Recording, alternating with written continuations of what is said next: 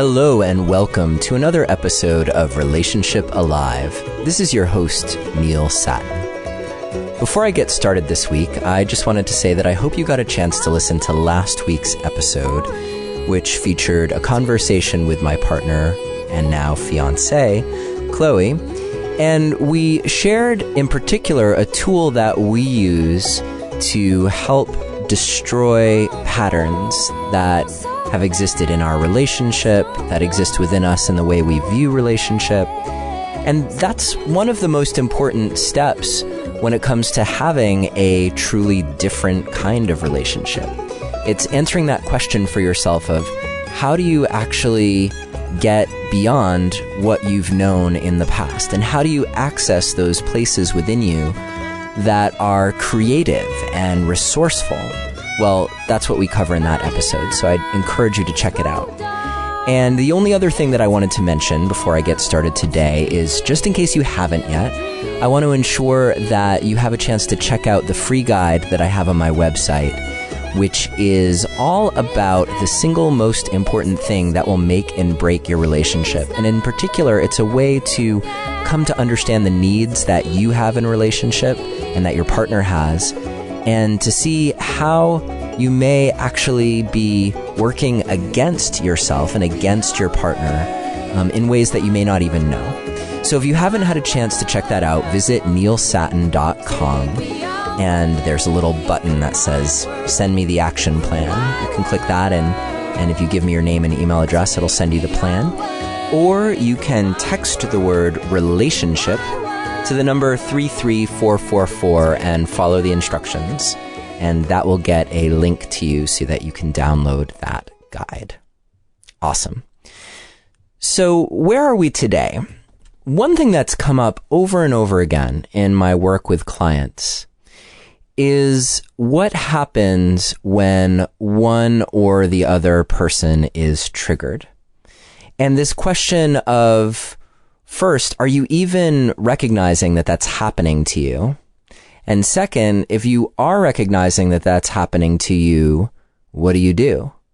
Because so much of the negative experiences, so many of the negative experiences that we have when we're in relationship actually come from trying to fix things, trying to get through problems, trying to overcome an issue when we're triggered. And while it's not like that's going to fail 100% of the time, I mean, there are times when you'll actually just muscle your way through and you'll get to the other side. Most of the time, when either you or your partner is triggered, all bets are off.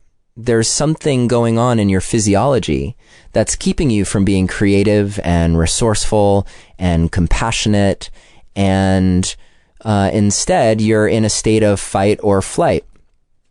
And it's funny, we talk about fight or flight all the time, but if you're arguing with your partner, you're fighting.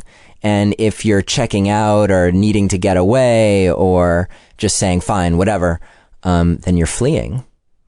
Or, maybe you're just numbing yourself and shutting down completely and just not really having anything to say or not engaging with your partner.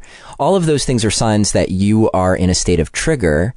And once you're in a state of trigger, you got to take care of it, or else you're probably not going to get much further than that. And you're going to have a really challenging time actually breaking the patterns that got you there in the first place. And this might be true even if there's no real severe pattern happening in your relationship, but just where you seem to come up with communication blocks with your partner, where there's this one thing that you just can't really talk about, or you try talking about it and suddenly one or the other of you is raging or upset or just shutting down. So that happens a lot in couples that are otherwise totally fine. But there's this one or two things maybe. There are these one or two things that you just avoid. And while I think that it can be helpful to avoid things that are going to be contentious, like just when you go to dinner with your family and you know that talking about politics is going to set off your father-in-law or whatever, so you don't talk about politics. Well, maybe there are things like that in your relationship, but if something is really important to you and needs to be addressed and you just haven't found a way to do it, the odds are good that either you or your partner is getting triggered and you need to handle it in some fashion. So this can also come up when you are single and going out on dates and trying to get an accurate sense of whether or not someone is good material for you to actually be in some sort of partnership. And if you're listening to this show, then you're probably interested in having the kind of relationship with someone that's different and exceptional. So how are you going to figure that out if either you're in a state of trigger on a date and not totally able to connect with yourself or connect with your partner, or partner to be, I guess, prospective partner to be, or if the person that you're on the date with is triggered, then what do you do to bring them back into a state of connection with you and play and creativity and spontaneity?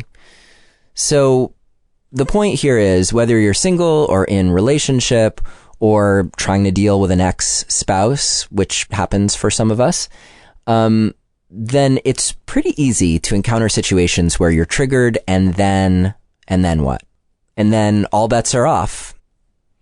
Because the thing is that muscling your way through situations where you're triggered, and sometimes there's just no way to avoid that, right? You just have to.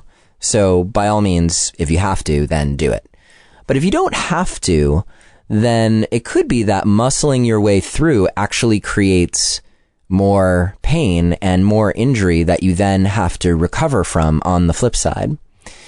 So the good news is that if you can break this cycle and actually come back into balance with yourself, then you stand a much better chance of coming up with a positive solution to whatever trouble you're having, and doing it in a way that's not adding trauma and injury to the fire. So you want to add fuel to the fire. You want to add love to the fire. You don't want to add injury to the fire. Injury is like, taking a part of the fire and putting a wet blanket on it, and then it starts smoking all over the place. And yes, they say where there's smoke, there's fire. But the point is, you want to feed your fire so it's burning nice and hot, not so it's smoky and making the people in the room have difficulty breathing, right? So take a moment, stop, drop, and roll, or something like that. And we're going to talk a little bit about how to actually handle triggers. And this episode is going to be on the short and sweet side, because we have lots of resources in podcasts past, and I'm going to list a few of them to help you figure out how to deal with triggers. And but I wanted to offer you some of the favorites that have either come out of the podcast or that have come up in my work with my clients, or in the work that Chloe and I do with our clients, or in our relationship together, the things that we found to be really effective. Another time when we've talked about when you can get triggered, there's this conversational triggeredness, but a time that's full of opportunities to get triggered is when you're having sex with your partner. And if you're not really present, then you may not notice these moments happening when either you or your partner is checking out, or maybe you're not even having sex because one of you is initiating and the other of you is shutting it down and not wanting to have sex. And then the question comes up of, where do you go? Where do you go in those moments? If you're in a healthy pattern, then when one of you tries to initiate sex and the other says, I'm not really in the mood, then you actually go to a place where it's no big deal. And you're like, great, well, what else can we do? Let's have a bowl of chips and some guacamole or something like that. But when you're not in a great space, then a partner saying, I'm not really in the mood right now, can feel like the ultimate rejection. And then there are even these moments where a partner simply asking you about your life, but they do it in a way that to you is communicating something else. That can set you off and leave you feeling triggered and angry and wondering if, are they asking you just because they want to have that conversation for the millionth time that never goes anywhere? Or, you see how this can go on and on. I don't want to go on and on. I want to keep this simple and give you a sense of how to know when something's going on and what to do about it. So let's start with some warning signs. And this is what I'm going to do is I'm going to give you the warning signs that you're triggered. I'm going to give you some strategies to work with in moments of triggeredness. And then I'm going to give you a few of the episodes that I think have been the most helpful for dealing with being triggered. So, how do you know when you are triggered? Well, one sure sign, and this is great when you're in partnership, is if you notice that your partner is kind of checking out, then the odds are good that your partner is triggered. So that's not you recognizing that you are triggered, although you could be triggered in that moment too. And in fact, if you are noticing that your partner is triggered, then that's a great time to ask yourself the question, like, wow, am I triggered too? Because you may notice that you're already caught in this spiral of triggeredness, and that you are playing a part in it. So great time to reflect. So that's one opportunity. But let's say that you're not reflecting on your partner. You're trying to stay in tune with your own experience.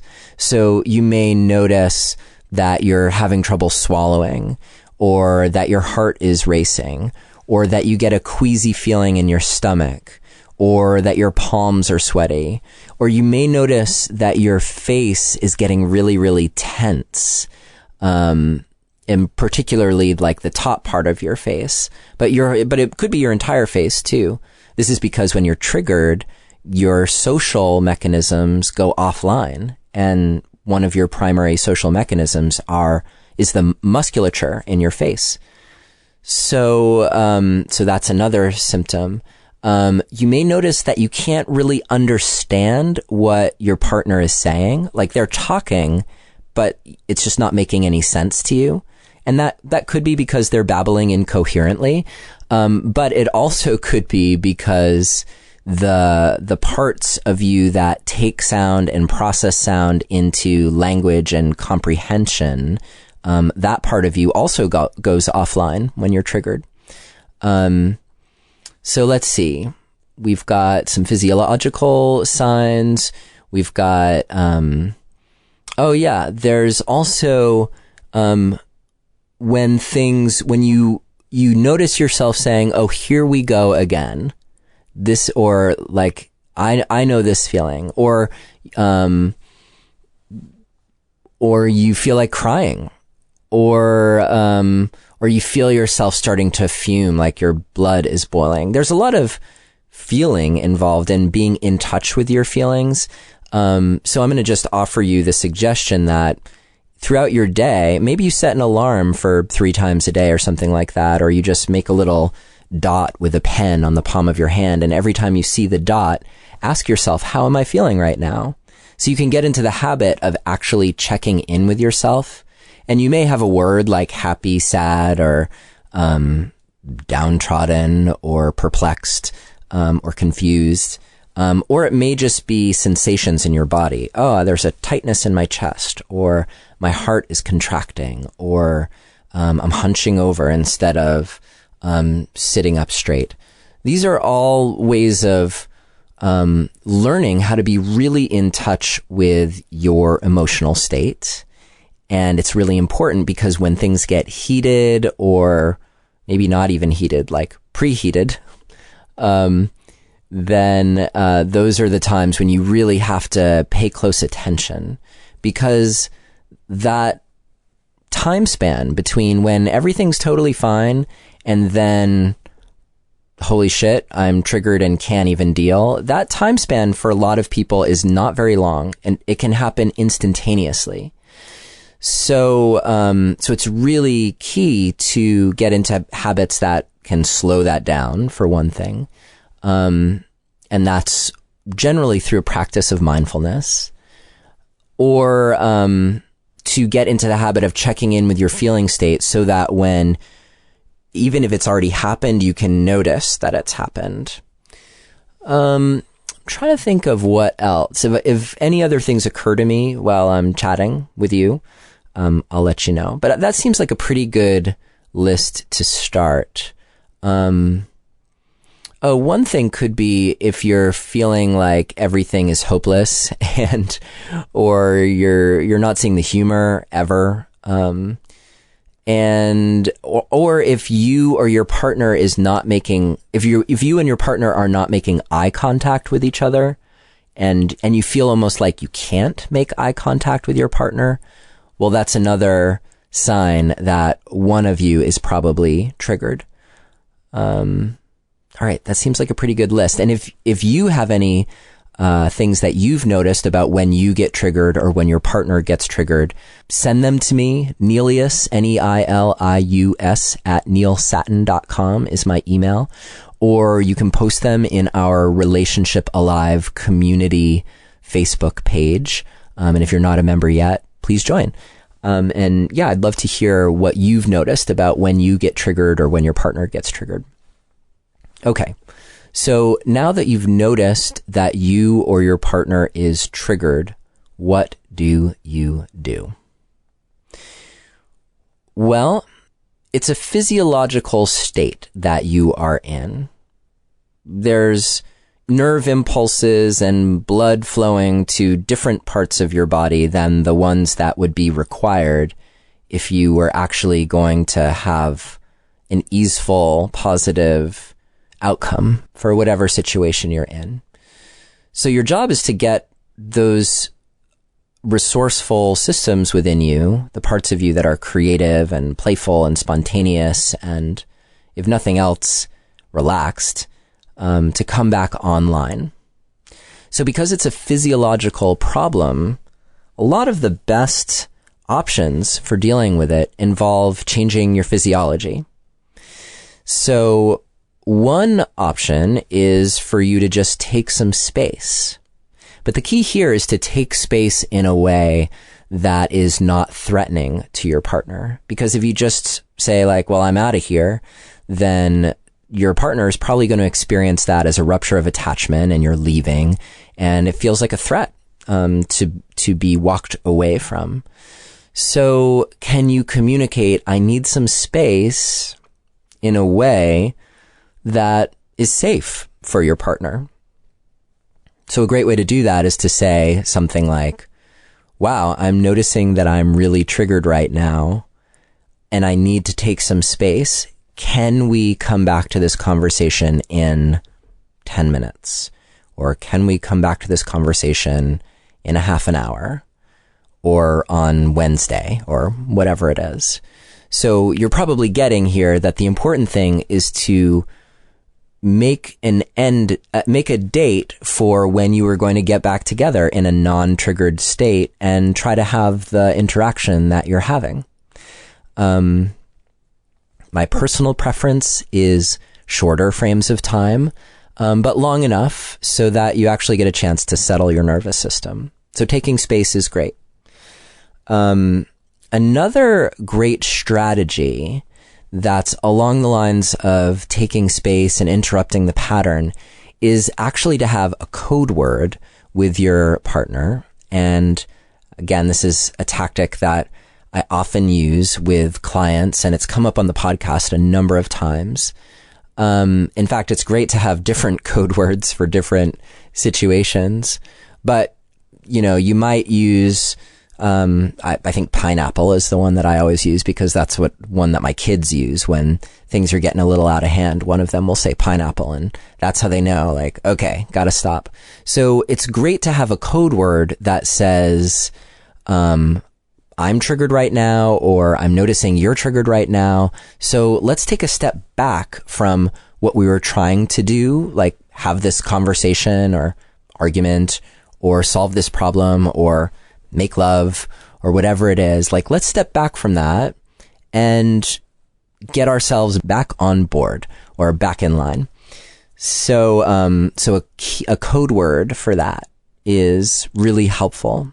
And I encourage you to be playful with the code words that you choose, because the more ridiculous they are, the easier it is to take, for one thing, for your partner to hear. And, also the easier it is, to inject some life and humor, and it's actually a pattern interrupt in and of itself. So rather than saying, I'm triggered right now, which can be really serious, or feel really serious, you might say, Fruit Loops are in my nostrils. That's kind of ridiculous, I think, for most of us. And, but you get the point, like, you're saying it and your partner's like, oh, I have this weird image of you with cereal up your nose. And by the way, I don't suggest that you actually try that. But it just totally changes the mood of things. And at the same time, it's communicating a serious message, which is, we got to come back into balance. So let's do that and then come back to this conversation or whatever it is that's triggered you. All right. What is another great strategy?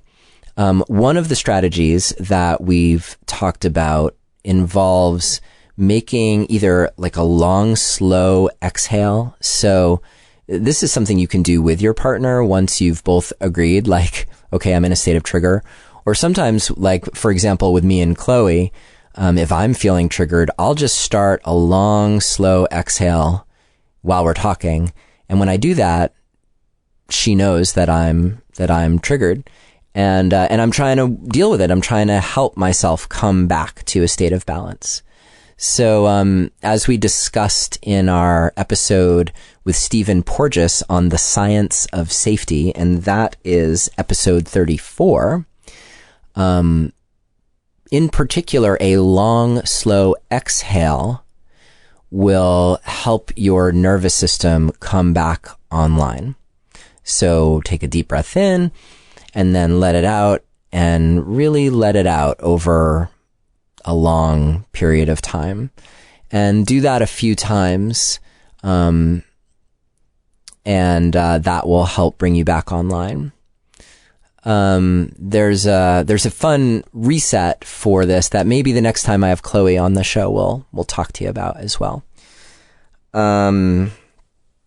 But the long, slow exhale, another one that came up in our episode with Peter Levine, which was episode 29, called Healing Your Triggers and something or other. And Peter Levine is one of the world's experts on trauma, and he created somatic experiencing. So the guy knows what he's talking about, is to use this simple syllable, which is VOO, which I guess if you're French, it's VOUS, but I picture it VOO, and to do it in a low, deep, resonant tone, as low as you can go and as long as you can go. So you'll take a breath in and then VOO,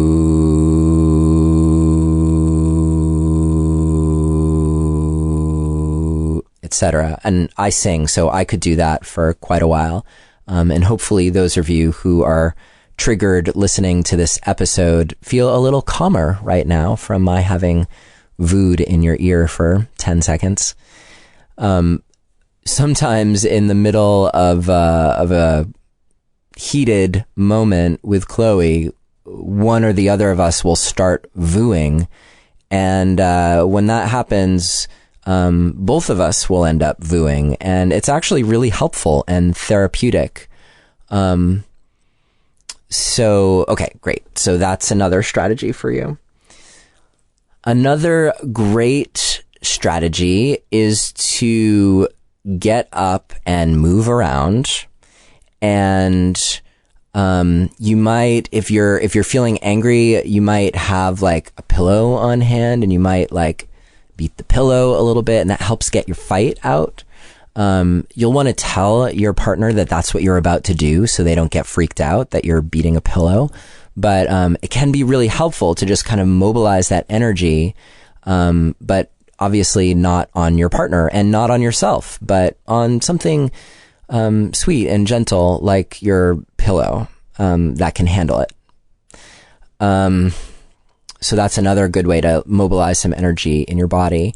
If you can put music on and dance, that's great. If you can take a walk and be in nature, that's great. And when you're in nature, just see if you can really tune in to the miracle of life that's around you. And that brings me to one of my favorite techniques for dealing with being triggered, which is heart-centered breathing. And it's a takeoff on the long, slow exhale, but you combine it with a visualization. So, for example, you want to have something planned ahead of time is ideal, because when you're triggered, thinking of these things can be really challenging. So ahead of time, think of an image that you can hold or have on the back burner of a moment in your life. Could be just with a friend or by yourself or with your partner or with your children, with a pet, whatever it is, something that evokes feelings of joy and especially gratitude. And you want to have that image really clear in your mind, whether it's like kind of a still picture that you see or sort of like a movie, and you might even be able to put yourself in the scene where you can experience it, what it felt like, what it smelled like, what it sounded like. And you want to have this image handy because it's part of the heart-centered breathing.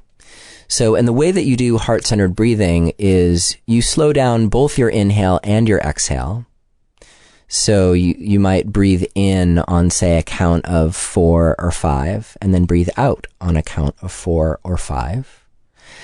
And as you do this, you imagine your breath surrounding your heart space, and you can combine that with belly breathing, where as you breathe, your diaphragm expands. And so you're really filling your whole chest cavity with breath.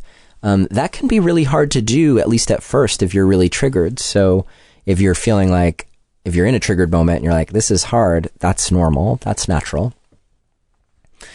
But so you want to slow down your breathing. So breathe in on a count of 4 or 5, breathe out on a count of 4 or 5, and just get into a nice steady rhythm with that. And imagine your breath as you breathe in, imagine it surrounding your heart and filling that whole space. And then bring into your mind's eye, or your mind's ear if you're an auditory person, or your mind's sense of the world if you're a kinesthetic kind of person, that image that we talked about before that evokes joy and gratitude. So you get into that experience of feeling gratitude, feeling joy while you're slowing your breath down and imagining your breath filling and surrounding your heart space.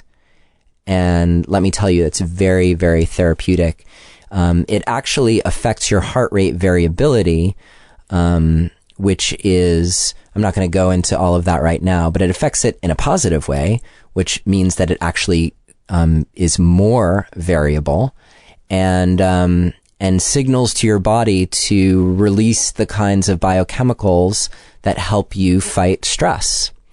So you can even practice, if you're going to go into a situation that you know might trigger you, you might sit and practice the heart-centered breathing technique that I just explained to you on your own, and then imagine having the conversation or the encounter, whatever it is, with your partner. And when you start to feel that triggered feeling come on from just imagining it happening, then go back to the heart-centered breathing and wait for your physiology to come back online, and then go back to imagining the hard situation again until you start to feel triggered. and you alternate and go back and forth. And what this does is it actually builds resiliency in your system. So it raises the bar for the amount of stress that you can experience before you start to get triggered. And it also helps repattern yourself around that particular experience.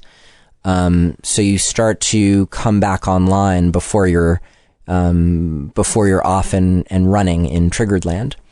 And then, just as a additional note on what I just mentioned, you might try rehearsing it in your mind and imagining a positive outcome, because if things go well, then you wouldn't be all that triggered to begin with. So that's another just thing that you could do. But I would do that after you've practiced the bad way a few times and just given yourself the ability to recover from those stressful things.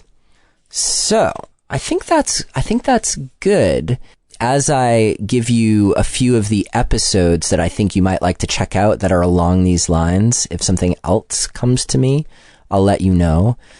This is a healthy snapshot of the strategies that I tend to use with clients. There are others. I didn't sit here and make a complete list. And part of what goes on is coming up with the strategies that are really right given the situation.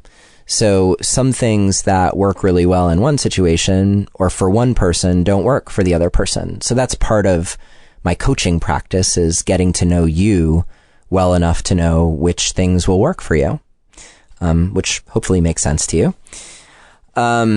So here are some things for you to check out. I would definitely check out the episode that I mentioned earlier, the couple episodes. That was episode 34 with Steve Porges on the science of safety, episode 29 with Peter Levine on healing your triggers and overcoming trauma, episode 32 with Marty Babbitt, which is all about mastering how to communicate in 3 dimensions. The third dimension of communication, according to him, is maintaining an awareness of safety with your partner and creating safety for your partner when you're communicating with them. So that's an important part of not being triggered. If you feel safe, you won't get triggered, or you won't get triggered as much. But as soon as you're not feeling safe, you're probably already heading into a state of being shut down. Let's see. One of the earlier episodes, I would recommend episode 10, which is how to get off the roller coaster and get back to love, with Diana Richardson, who's one of the world's experts on Tantra. And that episode wasn't about Tantra. It's all about the emotional roller coaster and how to find the undercurrent of love in any situation. She's going to be back on the show very soon, which I'm really excited about. I would also, one thing that I didn't really talk about now, but which is such an amazing strategy, is some of the inner dialoguing work that that Dick Schwartz talks about in Internal Family Systems, and I don't have his episode number handy, so I'll look that up. But the another episode that's really great for that is episode 14 with Margaret Paul, which is on her methodology called inner bonding. That episode's called Healing the Split Between Head and Heart. And this really is a helpful method for helping you take care of yourself, even while you're in conversation or in a situation with your partner. Really powerful. So I was going to tell you the Dick Schwartz episode. I feel like it's episode 26, but let me tell you. Episode 26, I was right. Let's see. And then the last couple that I wanted to mention, and there are actually many, and I hope you've gotten the sense, if you're not already going back to listening to older episodes, there's so many helpful, rich moments with each of the guests that have been on the show. But the other couple that I'm going to mention are episode 27 with Sue Johnson, which is all about breaking free of your patterns of conflict, and episode 22 Essential Skills for Conscious Relationship with Harville Hendricks and Helen LaKelly Hunt. Among the many things we talk about in that episode are the techniques of imago dialogue, which is their way of having a conversation that helps you really understand your partner and stay safe in the process. So my goal in this episode was to really help you understand how important it is to recognize when you're triggered and to give you some really solid strategies to help you get untriggered and come back into balance with yourself and with your partner, so that you can figure out solutions to whatever it is that is causing the trigger in the first place. But it's really hard to do that if you don't actually get untriggered first. So hopefully this episode has been helpful for you.